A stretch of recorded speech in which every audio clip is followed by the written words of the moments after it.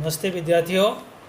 अ, आज हम मौलिक अधिकारों पर अध्ययन कर रहे हैं। जैसा कि पिछले जो क्लास में हमने मौलिक अधिकारों पर अध्ययन किया था, और मौलिक अधिकारों में स्वतंत्रता के अधिकार पर हम अध्ययन कर रहे हैं। और स्वतंत्रता के अधिकार के अंतर्गत अनुच्छेद 19 के अंतर्गत जो स्वतंत्रताएं भारतीय नागरिकों के लिए दे रखी हैं, 6 प्रकार की स्वतंत्रताएं दे रखी हैं। विचार अभिव्यक्ति से संबंधित स्वतंत्रता, और कहीं पर भी कोई भी सम्मेलन करने की स्वतंत्रता, और संघ बनाने की स्वतंत्रता, निवास करने की स्वतंत्रता और व्यवसाय करने की स्वतंत्रता, इन सब पर हम बात कर रहे हैं और अध्ययन करने का प्रयास करते हैं। तो जो विचार अभिव्यक्ति की स्वतंत्रता से संबंधित कल हमने बात की थी, और इसके अलावा जो 6 प्रकार की स्वतंत्रता दे रखी हैं, उनमें से हम निवास का अधिकार करने, भारत में कहीं भी निवास करने के अधिकार पर हम बात कर रहे थे। तो सभी नागरिकों को, भारतीय नागरिकों को ये अधिकार है कि वो भारत के किसी भी क्षेत्र में जा कर के निवास कर सकते हैं। किसी भी जगह पर जा कर के, किसी भी शहर में जा कर के, किसी भी गांव में जा कर के, किसी क्षेत्र में जा कर के वो निवास कर सकते हैं, और इस पर किसी प्रकार का प्रतिबंध नहीं होगा। और इसमें ये माना जाता है कि एक क्षेत्र का व्यक्ति दूसरे क्षेत्र में व्यक्ति जा कर के निवास करता है, तो उससे क्या है कि राष्ट्रीय एकता को बढ़ावा मिलता है, और क्षेत्रीयता की जो भावनाएं हैं, उन क्षेत्रीयता की भावनाओं को बढ़ावा कम मिलता है, उनको रोका जाता है इसके अंतर्गत, इसके द्वारा। तो क्षेत्रीयता की जो भावना है वो कम होती हैं और राष्ट्रीयता की भावना अधिक विकसित होती है। परंतु इसमें कुछ जो है प्रतिबंध भी हैं, जैसे कि लोकहित में कोई भी प्रतिबंध लगा सकते हैं। जो भी जन कल्याण से या सामाजिक व्यवस्था के विरुद्ध में यदि है तो उस पर प्रतिबंध लगाया जा सकता है। किसी व्यक्ति को उस पे से रोका जा सकता है किसी क्षेत्र विशेष में बसने के लिए। जैसे कि जनजातीय जो क्षेत्र होते हैं, वहाँ पर कुछ व्यक्तियों को या उनके क्षेत्र में जा कर के कोई व्यक्ति निवास करने पर नहीं कर सकता, और क्योंकि उनकी जो संस्कृति है, उनके रीति रिवाज हैं, उनकी भाषा है, उनकी जो अपन रहन सहन है, उन सब में खलल पैदा होता है। उस वजह से इस पर प्रतिबंध लगाया जा सकता है। तो जनजातीय संस्कृति को संरक्षण देने के लिए इस तरीके की सरकार के द्वारा व्यवस्था की जा सकती है। इसके अलावा जैसे वेश्या है, पेशेवर अपराधी हैं इत्यादि, इन लोगों के ऊपर भी प्रतिबंध लगाया जा सकता है किसी क्षेत्र में जा कर के रहने के लिए। लोक व्यवस्था को या लोक स्वास्थ्य को ध्यान में रख कर के इस पर भी प्रतिबंध लगाया जा सकता है। तो इस प्रकार से भारतीय नागरिकों के लिए कहीं पर भी निवास करने का अधिकार तो है, किंतु लोक व्यवस्था के अंतर्गत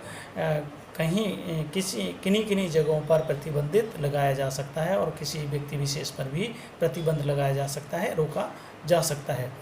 इसके अलावा जो है व्यवसाय करने वाली स्वतंत्रता, कोई व्यक्ति किसी भी प्रकार का व्यवसाय कर सकता है अपने जीवन निर्वाह करने के लिए, अपने जीवन यापन करने के लिए किसी भी प्रकार का व्यवसाय कर सकता है।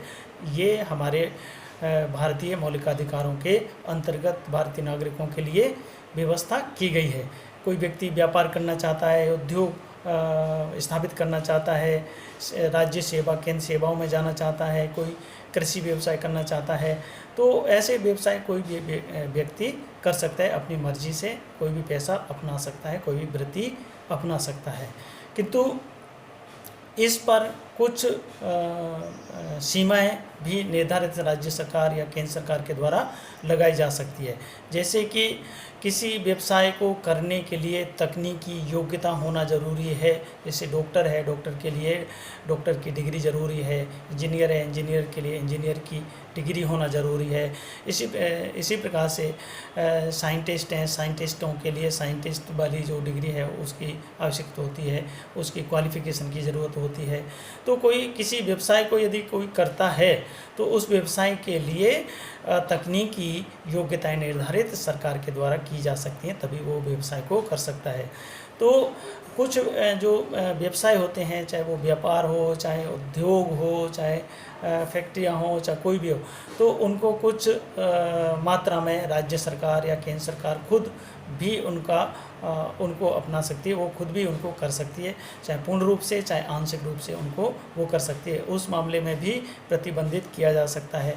और कुछ व्यवसाय ऐसे होते हैं जो हानिकारक होते हैं लोक व्यवस्था के, लोगों के स्वास्थ्य की दृष्टि से, लोक व्यवस्था की दृष्टि से, तो वो जो हानिकारक जो व्यवसाय होते हैं तो उन पर प्रतिबंध लगाया जा सकता है। जैसे खनन विभाग है, इसके अलावा पॉल्यूशन जिससे होता हो, और इसके अलावा जैसे जो ड्रग्स हैं, या जो आजकल मादक पदार्थों का जो उपयोग होता है, तो उन पर प्रतिबंध लगाया जा सकता है सरकार के द्वारा कि भाई ये जो व्यवसाय, भले ही से इसमें प्रॉफिट काफ़ी होता हो और कोई व्यक्ति कहे कि मैं तो इसको ही अपना व्यवसाय बनाना चाहता हूँ, तो सरकार इस पर प्रतिबंध लगा सकती है। क्योंकि जो आम जनता है उसके स्वास्थ्य पर इसका गलत प्रभाव पड़ता है। तो इस प्रकार के प्रतिबंध सरकार के द्वारा लगाए जा सकते हैं।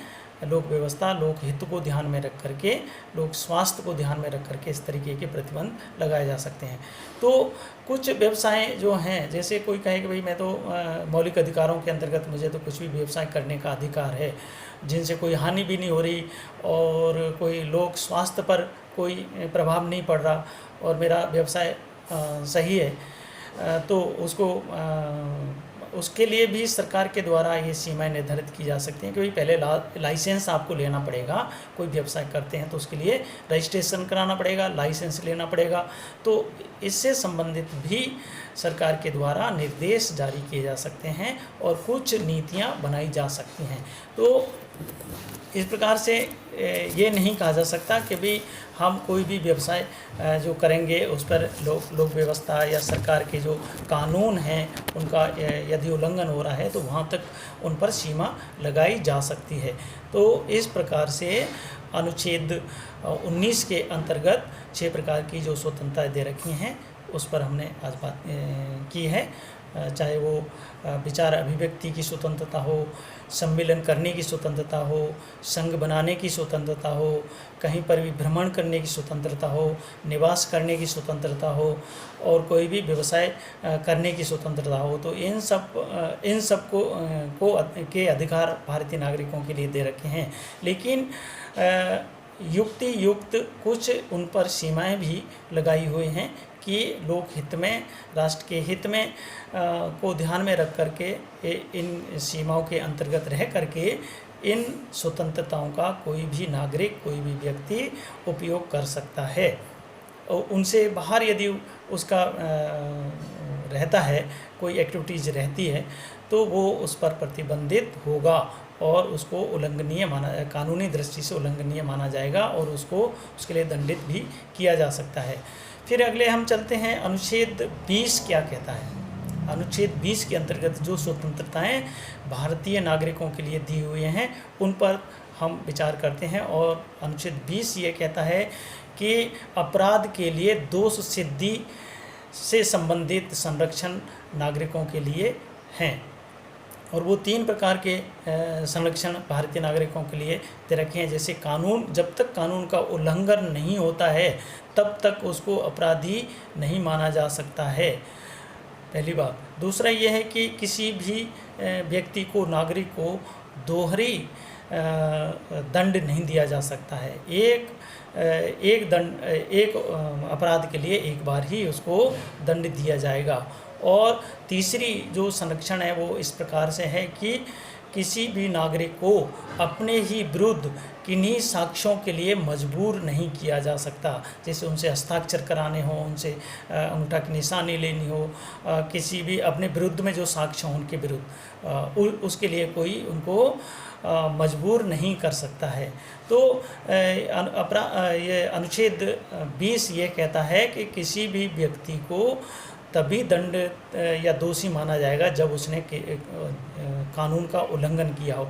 और कानून यदि जब उसने कोई कृत्य किया है उस समय यदि कोई कानून नहीं है और बाद में उससे संबंधित कोई कानून बनता है तो उसको उस अपराध के लिए दोषी नहीं माना जाएगा। अर्थात जब कोई कार्य किया जा रहा है, कोई कृत्य किया जा रहा है, उस समय उसके विरुद्ध में कोई कानून होना चाहिए, तभी उसको दोषी माना जाएगा या उसका उल्लंघन माना जाएगा किसी भी कानून का। ये आपराधिक मामलों के अंतर्गत ये व्यवस्था है। जो राजस्व से संबंधित हैं उनके अंतर्गत ये बात नहीं है। ये जो है वो केवल आपराधिक कृत्यों के मामले में व्यवस्था की गई है। तो कोई भी कानून जब जिस समय कोई किसी नागरिक ने कृत्य किया है उस समय कोई कानून बना हुआ है और उसका उल्लंघन हुआ है तो उसको अपराधी माना जाएगा, दोषी माना जाएगा। और कोई व्यक्ति यदि कानून का उल्लंघन करता है तो ये सिद्ध होना चाहिए कि उसने उल्लंघन किया है, तभी उसको अपराधी माना जाएगा, दोषी माना जाएगा और तभी उसको दंडित किया जा सकता है और उसके विरुद्ध में कार्रवाई की जा सकती है।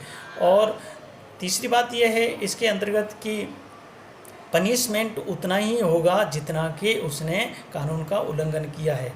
किसी कानून व्यवस्था को तोड़ने पर किसी नागरिक को इतना ज़्यादा भारी भरकम पनिशमेंट नहीं दिया जाएगा जितना कि उसका कानून के अंतर्गत उसने उल्लंघन नहीं किया है, या इतना कम भी नहीं दिया जाएगा कि उसको उदारता से उसको छोड़ दिया जाए। तो जितना उस कानून के उल्लंघन करने पर उसके लिए उपयुक्त दंड व्यवस्था है वो उसके लिए दिया जाएगा। तो इस प्रकार से कानूनी आधार पर ही किसी व्यक्ति को दोषी माना जाएगा और जितना दंड उसे मिलना चाहिए उतना ही दंड दिया जाएगा, ना तो ज़्यादा ना कम। तो इस प्रकार से व्यवस्था संरक्षण नागरिकों के लिए अनुच्छेद 20 देता है। और दूसरी बात यह है कि दोहरी क्षति उसको नहीं की जाएगी। एक अपराध के लिए उसको 2 बार दंडित नहीं किया जाएगा। एक बार उसको दंडित कर दिया है और फिर कहा जाए कि भाई इसको दंड कम दिया है, ज़्यादा दिया है, क्या दिया है, तो उसके आधार पर उसको ये नहीं कहा जाएगा कि इसको दोबारा से दंड दिया जाए। तो दोबारा से दंडित करने का कोई भी प्रावधान नहीं है। इससे भी उसको नागरिकों को सुरक्षित या संरक्षण दिया गया है। और तीसरी बात जो है कि जैसे बताया कि अपने विरुद्ध में ही किसी व्यक्ति से साक्ष्य के लिए मजबूर नहीं किया जा सकता यदि वो जो साक्ष्य हैं वो ट्रांसफरेबल ना हो या जो सिद्ध तरीके के नहीं हो। उस तरीके के यदि साक्ष्य हैं उनको लिया जा सकता है, किंतु जो साक्ष्य है ही नहीं तो नए प्रकार के साक्ष्य बनाने के लिए किसी व्यक्ति से ज़बरदस्ती उसे हस्ताक्षर नहीं कराया जा सकते, अंगूठा निशानी नहीं ली जा सकती और उसके खुद के विरुद्ध में इन साक्ष्यों को प्रयोग करने के लिए उसको मजबूर नहीं किया जा सकता।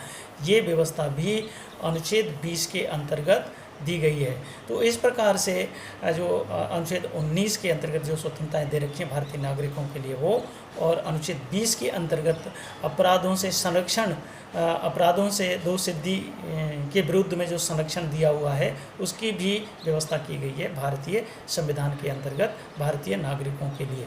तो इस प्रकार से कोई भी व्यक्ति अपने मौलिक अधिकारों का जब भी हनन होता है तो वो न्यायालय में जा कर के अपना प्रतिवेदन दे सकता है, उसकी शरण ले सकता है और अपने अधिकारों की सुरक्षा की मांग कर सकता है।